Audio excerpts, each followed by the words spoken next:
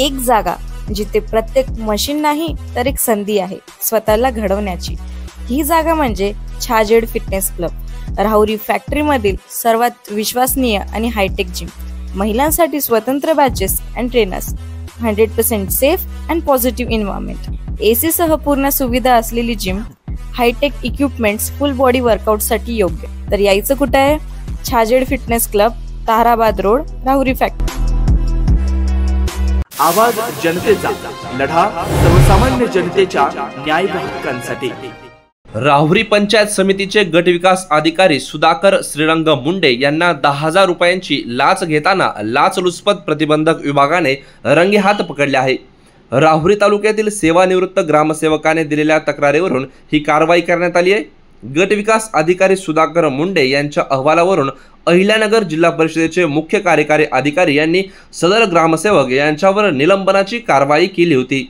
त्यानंतर तक्रारदार सेवानिवृत्त झाले। त्यांच्यावरील दोषारोपपत्राचा अहवाल गटविकास अधिकारी मुंडे यांना पाठवायचा होता।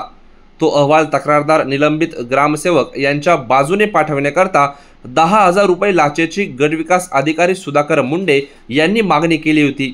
ही लाच स्वीकारताना सुधाकर मुंडे यांना रंगेहात पकडण्यात आले।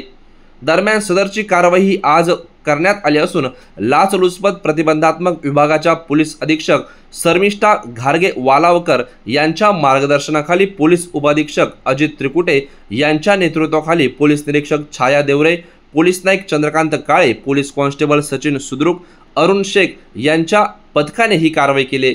याबाबत राहुरी पोलीस ठाण्यात गुन्हा दाखल करण्यात आला आहे। या कारवाईमुळे राहुरी तालुक्यात एकच खळबळ उडाली आहे।